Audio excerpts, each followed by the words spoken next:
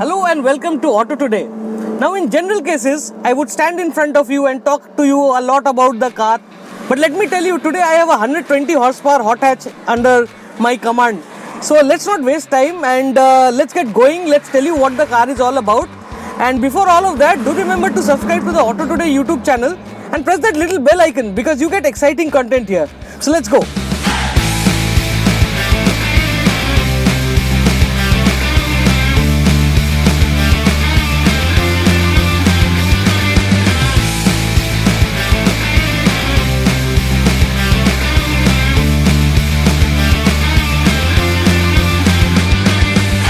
Now in its third generation, the new i20 is based on a new generation K platform and has grown up in size considerably. The new hatch is longer and wider and sports a wheelbase which is 10 mm longer than before. The height though remains identical to the older model. Hyundai is also telling us that the new generation i20 is much more aerodynamic than before. As far as design is concerned, the new i20 is literally unrecognizable as compared to the older car. Sweeping headlamps are now LEDs and even feature DRLs inside. The i20 also gets projector fog lamps up front. The grille is large and for turbo variants it features a gloss back finish. In profile though, one can clearly see the added muscle. Flared wheel arches and a prominent shoulder line make things look very sporty. The 16-inch diamond cut alloy wheels add to the sporty appeal as well. We also love the way fuel lid has been integrated in sync with the large LED wraparound tail lamps. A chrome panel on the boot adds to the bling factor.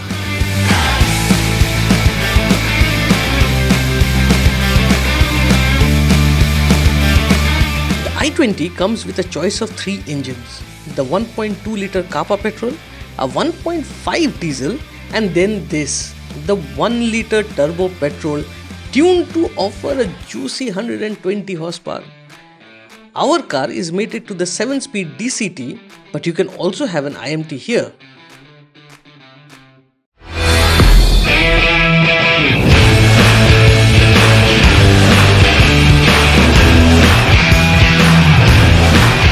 Now that we've told you all about the exteriors of the car, let me get to the brass tacks, the engine.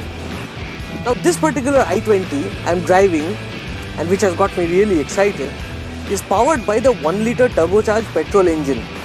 Now in this particular spec, the car has been tuned to produce 120 horsepower. Now it is mated to a 7-speed dual clutch transmission which is an automatic, which is, well, even now a pinnacle of gearbox technology. So overall, on the figure front, this car is mega. But I'm very glad to say that this is the sort of car which brings a lot of smiles, That's because if you are one performance hungry character, then this car will really keep you happy. Let's start with outright performance first. Now, the fun bit about this car is the amount of power it offers and the way that power is deployed.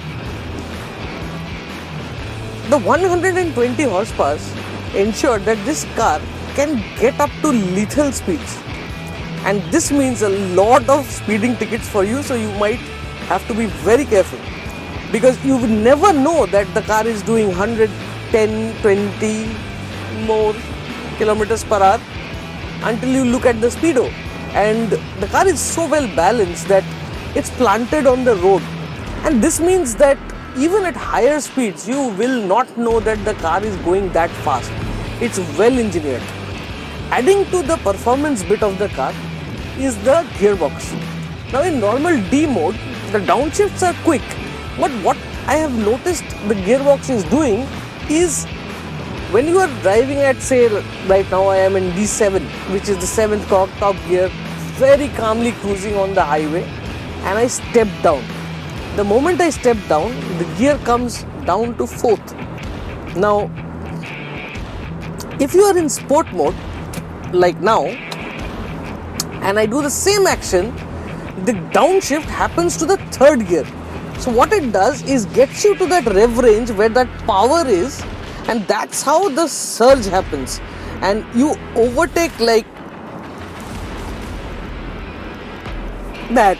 It's incredible fun to drive this car, and that's what brings you a lot of smile on your face. And as I told you, if you like performance, this is one car which should keep you happy. Now, when it comes to ride quality, the i20 has become very, very European. Now, the Elite i20 always had a good suspension setup, but this particular one is even tauter. So what it does is absorbs the bumps, the ruts, the road joints with ease. The only thing you get is a bit of a noise, like a but or something like that, like the tires going over a rut, and there is very little felt inside. The better thing is that the body roll is very well controlled, and when you're taking corners or going fast around corners, it inspires that kind of a confidence which a car with a 120 horsepower engine demands. It's a small hatchback. I mean, Hyundai might be calling it a premium hatchback. Sure, in India it is a premium hatchback, but it's not a very, very big car. So 120 horsepower is adequate power for this particular vehicle, and it's a really enjoyable car. The other thing which has really improved is the steering. Now, I remember Hyundai steerings a couple of years back were very vague.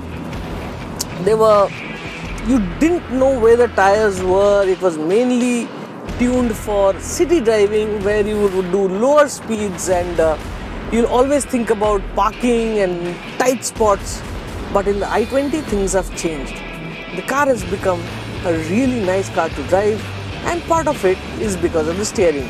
Now, the steering offers a lot more feedback than before, and at the same time it is lighter. So in the city also you will not feel it to be heavy, but again on the highway it doesn't feel as dead as before. So overall, the i20 is a huge improvement over the erstwhile car which this one replaces.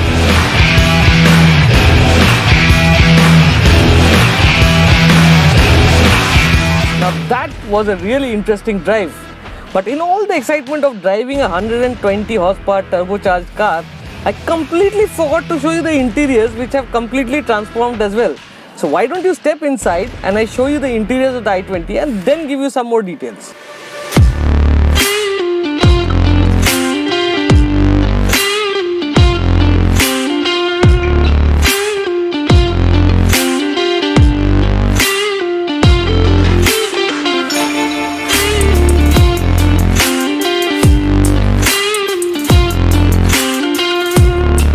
Now inside, the i20 is a world of difference.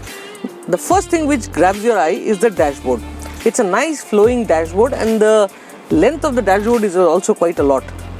But the better part of the dashboard design are these design lines. Now what you see is that these design lines flow beautifully into the aircon vents, and they look really symmetrical and nice. That's something which we really like.